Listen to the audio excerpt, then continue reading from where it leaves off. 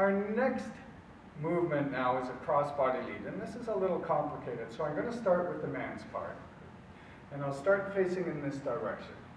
The man starts left foot forward, he replaces weight onto his right foot, now he does a quarter turn and steps side. And I'm just going to repeat that motion again. So I'm stepping left foot forward, replacing weight, stepping left foot side. Now from here, I want to keep rotating my shoulders. My right foot takes a small step back. I replace my weight onto my left foot, and then I'm stepping side with my right foot. And you notice that my right foot's slightly in front, side and in front.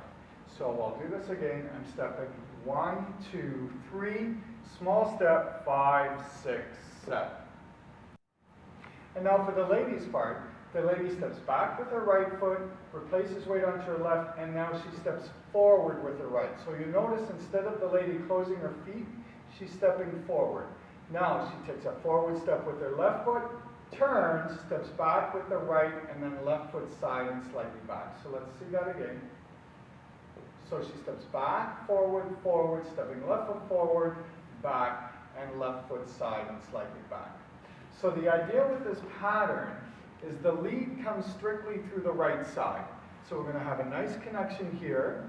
I'm opening the door for the lady. 1, 2, 3. The door is open. She steps through. 5, 6, 7. So we'll do that again. 1, 2, 3, and 5, 6, 7. Now the left hand is strictly styling. I can keep it up. 1, 2, 3, bring across, 5, 6, 7. I can bring it down.